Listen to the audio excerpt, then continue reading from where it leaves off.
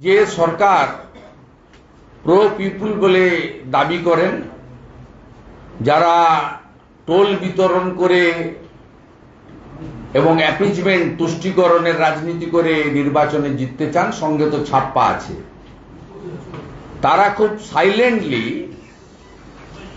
মধ্যবিত্ত, নিম্নবিত্ত এবং খুব ছোট ছোট যারা দোকান থেকে শুরু করে যাদের খুব সামান্য রোজগার, একটা ফিক্সড রোজগার, তাদের উপরে একটা ভয়াবহ অর্থনৈতিক অবরোধ নামিয়ে নিয়ে এসছেন।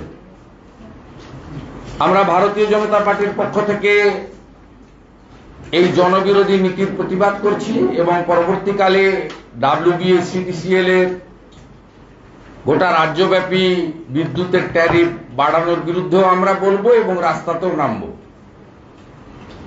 আমরা আজকের এই প্রেস কনফারেন্স থেকে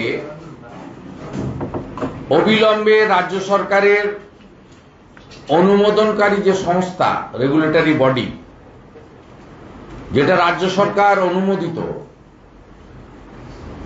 এই বাড়তি বিল প্রত্যাহার করার জন্য আমরা সুনির্দিষ্টভাবে দাবি করছি এবং 1 সপ্তাহের মধ্যে এটা করতে হবে। আমরা CSC কে বলছি না, কারণ CSC একটা কর্পোরেট বডি, তাদেরকে টাকা তুলতেই হবে, কারণ তারা হলদিয়া এনার্জির নামে তৃণমূল কংগ্রেসের ফান্ডে ইলেকটোরাল বন্ডের মধ্য দিয়ে 400 কোটি টাকা চাঁদা দিয়েছেন।